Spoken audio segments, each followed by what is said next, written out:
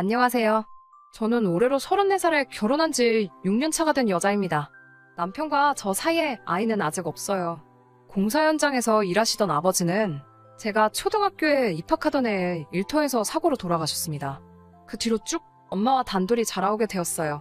평범한 주부였던 어머니는 혼자 몸으로 저를 키우시느라 고생하셨어요. 그냥 평범한 아이였던 저에게 어떤 기대를 하셨던 건지 고향의 재취자리를 알아놓으셨다는 할아버지의 말에도 엄마는 저의 교육을 이유로 시골로 돌아가지 않으셨습니다. 그 고집 때문에 엄마는 다른 친척분들과도 연을 끊고 살아가시게 되었어요. 갖은 고생 다 하시면서 저를 키워주셨고 저도 그 기대에 부응하고자 서울대는 아니지만 서울에 있는 명문대에 입학을 할 수 있게 되었습니다. 그때까지도 나아지지 않던 가정 형편 때문에 대학교 입학을 포기하고 저도 취직 전선에 뛰어들고 싶었었지만 엄마는 제가 좋은 대학을 졸업하면 더 좋은 기회를 가질 수 있다고 하시며 제가 회사에 취직할 때까지 저를 도와주셨어요. 유난스러운 부분이 있었지만 반대로 생각하면 정말 저만을 위해 살아오셨다고 해도 과언이 아닐 정도로 저와 관련된 일이라면 모든 일에 엄마는 발벗고 나서주셨고 저에 대한 기대를 저버리지 않았습니다. 그런 친정엄마와 저는 정말 애틋하게 지냈습니다. 정말로 남들보다 뛰어난 것 하나 없는 저였기 때문에 대학교를 졸업하고 평범한 회사에 취직하게 되었지만 취직이 결정된 그날에 엄마와 서로 부둥켜 안고 하루 종일 울었습니다. 그렇게 저를 아껴주시던 어머니를 2년 전에 잃고 말았습니다. 엄마를 잃은 충격보다 그로 인해 벌어진 어이없는 사건에 대해서 한번 이야기를 해보려고 합니다. 남편은 제가 회사를 다닐 때 만나게 되었습니다. 동갑내기라 그런지 친구 같은 모습이 참 좋았던 남편은 서글서글한 그 성격에 제가 사랑하는 친정엄마에게도 너무 잘했습니다. 집에 여자만 둘뿐인 걸 알게 된 남편은 발벗고 나서서 저희 모녀를 참 많이 도와줬어요. 저는 남편에게 많은 호감을 느꼈고 그렇게 1년 정도의 연애 기간을 보내고 결혼을 하게 되었습니다. 저희 집이 사정이 좋은 편은 아니었지만 그렇다고 남편의 집과 비교했을 때 엄청나게 큰 차이가 나는 정도는 아니었습니다. 남편이 모아둔 돈과 시댁에서 돈을 어느 정도 해주셔서 대출을 끼고 서울에 집을 구해서 신혼생활을 시작하게 되었습니다. 저도 시집을 갔으니 더 이상 서울에서 치열하게 살고 싶지 않으시다면서 서울에서 지내시던 전셋집을 빼서 제 혼수와 나머지 결혼 자금을 대주시고 어머니는 혼자서 지방 소도시로 이사를 가셨어요. 친정엄마와 멀리 떨어지게 된 건 제 인생에서 이번이 처음이라 많이 걱정되었지만 엄마는 저 아니었으면 진작에 떠났을 서울이라며 걱정하지 않아도 된다고 당부를 하시더라고요. 결혼 생활은 나쁘지 않았어요. 결혼 이야기가 오고 갈 때쯤 남편이 저에게 해줘야 할 말이 있다면서 경고하듯이 해준 이야기가 있습니다. 자기네 집이 종교는 따로 없지만 할머니 때부터 조상님을 모셔왔기 때문에 제사가 다른 집에 비해서도 엄청 많은 편이라고요. 시댁에서 제사 도와주는 걸로 문제가 많다는 사실이야 이미 익히 알고 있었기 때문에 걱정은 되었지만 남편이 저를 안심시켜주더라고요. 종갓집같이 제사에 목매다는 그런 건 아니고 말 그대로 대대로 벼슬 하신 조상님들한테 간단하게 상만 올리는 거니 크게 걱정할 필요 없다고 말이죠. 자기도 제사를 왜 이렇게 지내나 싶고 자기뿐만 아니라 다른 가족들도 지긋지긋해해서 할머니가 살아계실 동안까지만 하기로 했다고. 남편 위로 형님이 한 분 계셨는데 자기가 장손도 아니고 형수님 하는 거 보니까 과일 깎는 거 정도만 도와주고 아무것도 하지 않는다고. 거기에 더불어 자기가 잘 이야기해서 제사 때마다 참석 안 할 수 있도록 한다고 약속을 했습니다. 하지만 결혼을 하고 나서 저는 시도 때도 없이 있는 조상님 제사의 대부분을 참석하기로 했습니다. 남편과 조건을 걸듯이 약속을 하나 했거든요. 제사를 몇 번 지내든지 다 참석을 할 수 있다고. 그 횟수는 상관이 없지만 명절 때만큼은 친정에서 더 오랜 시간을 보낼 수 있게 손 좀 써달라고요. 이미 이런 사정을 알고 있던 시댁에서도 달가워하지는 않았지만 그런 점을 이해해 주셨고 남편의 도움으로 명절에는 점심 저녁 식사만 하고 바로 친정으로 출발할 수 있게 허락해 주셨어요. 그래도 다른 남편의 형제들도 있고 해서 명절날이면 새벽같이 시댁에 올라가서 제사 준비를 돕거나 하는 걸 빼먹은 적은 한 번도 없었습니다.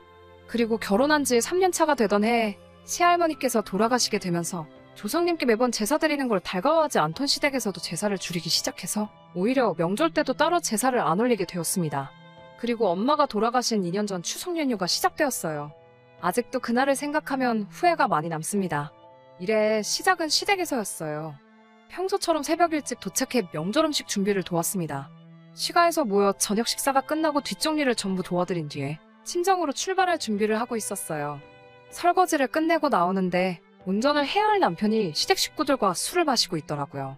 남편에게 운전해야 되는데 무슨 술을 마시냐며 술잔을 뺐었는데 시어머니께 한 소리를 들었습니다. 하시는 말씀이 이제 매번 지내는 제사도 안 지내는데 시가에서 하루도 머물지 않고 친정으로 가는 건 너무 불공평하지 않냐면서요. 제사를 안 지내게 된 만큼 시가에서 반, 친정에서 반을 보내라고 말씀하셨습니다. 저희 어머니가 저를 보고 싶어하는 만큼 시어머니도 그동안 아들이 보고 싶었으니 이해해달라고요. 차라리 미리 말씀해 주셨으면 좋았겠다는 생각을 했지만 시어머니의 말이 틀린 말은 아니고 충분히 시어머니나 남편의 입장도 이해가 갔기 때문에 다음날 점심 늦지막히까지 시댁에서 더 머물게 되었습니다. 저녁에 엄마하고 통화를 했는데 시간적인 여유가 많이 생기셨으니 제가 좋아하는 음식들로 만나게 준비해 놓을 테니 시댁에서 맛있는 거 너무 많이 먹고 오지 말라며 저를 달래주시더라고요. 다음날 이제 출발한다고 엄마한테 전화를 하는데 전화를 받지 않으셨어요. 전날에 도착하기로 1시간대쯤이면 충분히 도착할 것 같아서 엄마는 음식 준비하신다고 정신이 없으신가 싶어 별 다른 생각 없이 출발하게 되었습니다. 친정에 도착해서 아무리 현관문에서 엄마를 불러도 아무 대답이 없으셨어요. 느낌이 쎄서 부랴부랴 문을 따고 안에 들어갔는데 부엌에는 제가 좋아하는 음식들이 준비되어 있었고 엄마는 그 옆에서 바닥에 쓰러지신 채로 의식이 없었습니다. 뇌졸중이었습니다. 골든타임을 놓친 어머니는 그날 뇌사 판정을 받으셨고 2주 뒤에 병원에서 돌아가시게 되었습니다. 일이 아무것도 손에 잡히지 않았습니다. 그날 남편을 데리고 나와 하루를 머물지 않고 바로 출발했다면, 아니 제가 운전면허 따는 걸 미루지 않고 그날 저 혼자서라도 출발했었다면 엄마가 그렇게 된 게 전부 제 탓만 같고 저 때문에 이 사단이 난 것 같아 견뎌내기가 너무 힘들었어요. 부모 일은 자식이 저 하나만은 아니잖아요. 결국 어느 정도 시간이 지나고 이겨낼 수 있었지만 그래도 그 무거운 마음만큼은 떨쳐버리기 힘들더라고요. 진짜 문제는 엄마가 돌아가신 이후부터였습니다. 2년 전부터 전 세계를 강타한 이 시국을 저희 가족들도 피해갈 수 없었습니다. 자영업을 하던 형님네가 가장 큰 타격을 입게 되었지요. 처음 명절 때 시가에서 온 가족이 모였는데 그 이유를 다른 곳에서 찾더라고요. 예전과 우리 가족이 달라진 게 뭐가 있냐면서 조상님께 드리던 제사를 멈춘 걸 가장 큰 이유로 꼽았습니다. 시할머니가 돌아가시고 제사를 손에 놓자 조상님들이 노해서 후손인 우리들에게 벌을 주는 거라고요. 그때부터 시댁은 조금 과하다는 생각이 들 만큼 조상님 제사에 혈안이 되어 있었어요. 저도 이제 친정에 갈 이유가 없다는 이유로 그만큼 제사 준비 때마다 저를 부르셨고요. 남들보다 더 제사 지내는 걸 이해하지 않아 하던 남편도 불편함을 호소하는 저를 보고도 이때만큼은 아무 소리를 내주지 않았고 오히려 우리 잘 되라고 하는 일이니까 제가 불만만 갖지 말고 더 신경 좀 써주면 좋겠다는 식으로 이야기하더라고요. 남편이 제게 생각해보라고 우리 사이에 아이가 생기지 않는 이유가 자기가 제사에 소홀했기 때문에 조상님들이 벌을 주고 있는 걸 수도 있다고 말하면서 늘 조상님 제사에는 관심 없어 하던 평소와는 다른 모습을 보여줬습니다. 제사 준비는 시할머니가 계시던 시절보다 더 심해졌고 그만큼 음식에도 그때보다 신경을 더 썼기 때문에 제사가 있는 날에는 연락을 받고 새벽바람부터 시가에 도착해서 준비를 했어야 했어요. 하루는 조상님이 정해준 길일이라며 저와 남편이 서로 몸을 깨끗이 하고 새하얀 옷을 입고 제사를 드린 후 그날 밤에 시도를 하면 아이가 들어설 거라는 어디서 말 같지도 않은 걸 듣고 와서는 제사를 지내고 나서 애 만드는 건 1시간이면 되겠냐고 말하고는 온 가족이 집을 비워주더군요. 배려랍시고 온 가족이 밖으로 나갔다지만 남편과 제가 집이 빈 사이에 뭘 했는지 다 알 거 아니에요. 더군다나 우리 집도 아니고 시댁에서 말이에요. 그 와중에도 진지하게 달려드는 남편을 떼어내느라 아주 미치는 줄 알았어요. 하지만 그런 시댁의 어이없는 노력에도 전 세계적으로 악화되어만 가고 있는 이 시국이 조상님께 제사 몇 번 드린다고 끝나는 일은 아니었어요. 자영업을 하면서 타격을 입은 형님네는 거의 회복이 불가능해 보였습니다. 급기야 형님네는 길바닥에 나앉을 정도가 되었고 엎친 데 덮친 격으로 시아버지도 건강이 안 좋아지셨어요. 남편과 저 사이에 아이는 당연히 생기지 않았고 거기에 더불어 남편의 회사에서 인원 감축을 준비 중이라는 소문까지 나돌게 되었죠. 제사에 큰 의미를 두지 않는 남편도 이때쯤부터는 역시 그동안 제사를 안 드려서 그런가? 하면서 자신 없는 모습을 보이더라고요. 그러던 어느 날 갑작스럽게 시댁에서 연락이 왔어요. 제사가 있다고 해서 남편과 둘이 시가에 방문을 했습니다. 이미 형님네까지 참석해서 준비를 하고 있었는데 그날 그 자리에는 모르는 사람이 한 명 있었어요. 형형색색의 옷을 입고 누가 봐도 무당으로 보이는 사람이 한 명 있었습니다.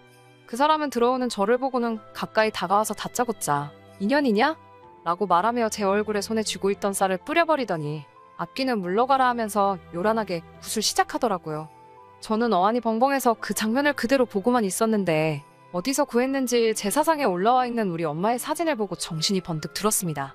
그 무당은 이리저리 돌아다니면서 혼잣말로 계속 짓거려대다가 다시 어디서 쌀을 한 줌 집어와서 엄마 사진에 뿌려버리더니 쌀이 가득 담긴 바가지를 제사상 앞에 올려놓더라고요.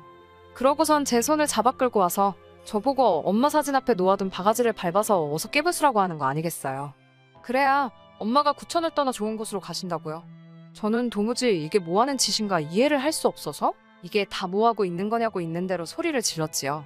우리 엄마 사진이 여기 왜 있고 이게 지금 뭐하는 거냐며 한참을 화를 내고 있으니 시어머니가 제 팔을 잡아 구석으로 끌고 가서는 설명이랍시고 한다는 말이 저분이 아주 용한 분이신데 집안에 생기는 우환들이 다 저희 엄마가 혼자 돌아가신 게 억울해서 성불하지 못하고 구천을 떠돌면서 시댁에다가 복수를 하고 있는 거라고 다 저와 제 남편이 잘 되게 하기 위해서 하는 거니 저보고 빨리 시키는 대로 하자고 저를 설득하더라고요. 어이없어서 남편을 쳐다봤는데 항상 제 편을 들어줬던 남편도 이게 별다른 의미가 있는 게 아니라 장모님 좋은 곳으로 보내드리려고 하는 거니까 나쁜 쪽으로만 생각하지 말라며 오히려 저를 설득하는 게 아니겠어요? 남편의 그런 모습에 화가 또 나서 넌 이걸 다 알고 있었는데도 나한테 아무 말도 안 한 거냐고 화를 냈더니 고개만 숙이고 아무 대답도 못하고 있더군요. 아무리 엄마가 그날 돌아가셨다는 게 천명이었고 거스를 수 없는 일이라고 한다고 해도 이건 해도 너무한 거잖아요.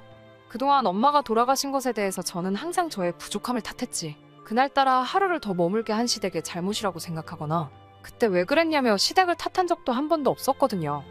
그런 것도 모르면서 이젠 우리 엄마를 집안을 말아먹게 만드는 악귀 취급을 하면서 퇴치를 해야 한다고 하는 개소리를 듣고 있자니 그 순간 저도 눈앞에 보이는 게 하나도 없더라고요.